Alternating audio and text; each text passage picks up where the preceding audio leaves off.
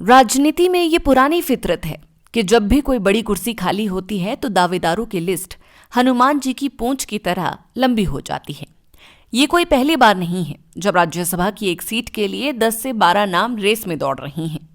हकीकत तो ये है कि जब तक हाईकमान की मोहर नहीं लगती तब तक हर वो नेता जो दिल्ली के गलियारों में थोड़ी भी पैंठ रखता है अपना नाम फ्लोट करवा देता है।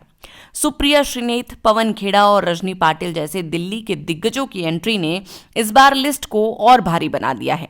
लेकिन क्या ये महज प्रेशर पॉलिटिक्स है या पार्टी वाकई किसी बाहरी पर दांव खेलने का मन बना चुकी है? हिमाचल कांग्रेस इस वक्त दूध की जली है, इसीलिए छाछ भी फूंक फूंक कर पी रही है।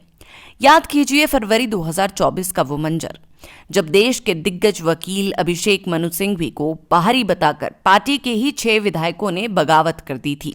बीजेपी की हर्ष महाजन ने उस असंतोष की आग में घी डाला और पूर्ण बहुमत के बावजूद कांग्रेस चुनाव हार गई।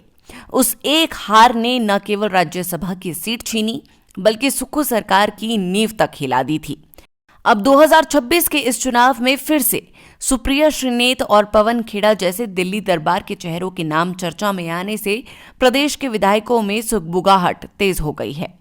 कांग्रेस ने अब तक अपने पत्ते नहीं खोले हैं। ये उनकी सुरक्षा कवच रणनीति का हिस्सा माना जा रहा है। 5 मार्च को नामांकन होना है और पार्टी नामांकन से महज कुछ घंटे पहले नाम का ऐलान कर सकती है ताकि विरोधियों और अपनों को क्रॉस वोटिंग की योजना बनाने का समय ही न मिले।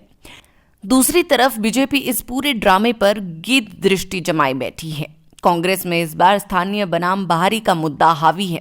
दावेदारों को मुख्य रूप से 2 श्रेणियों में देखा जा रहा है और असली पेच यहीं फंसा है। हाईकमान रजनी पाटिल या पवन खेड़ा जैसे राष्ट्रीय चेहरों को चुनता है तो ये संदेश जाएगा कि पार्टी को राष्ट्रीय स्तर पर धारदार आवाज की जरूरत है। लेकिन जमीनी हकीकत यह है कि हिमाचल के विधायक इस बार बाहरी के नाम पर भड़क सकते हैं। सीएम सुक्खू ने भले ही फैसला हाईकमान पर छोड़ा हो, लेकिन प्रतिभा सिंह जैसे भारी भरकम स्थानीय नामों की मौजूदगी ये बताती है कि अगर इस बार स्थानीय की अनदेखी हुई तो दिल्ली के लिए राह आसान नहीं होगी।